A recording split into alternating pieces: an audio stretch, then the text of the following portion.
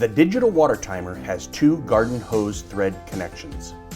Please note it is not compatible with BSP threads. On the top is the inlet where the timer connects to a water source such as an outdoor faucet, hose bib, or other garden hose threaded connection. On the bottom is the outlet.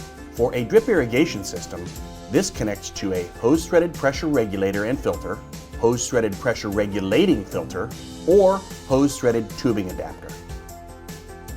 For more snack-sized videos on how to program and use the Raindrip digital water timer, see the description below for a list of topics. We also have a full-length installation video for a comprehensive guide to the timer.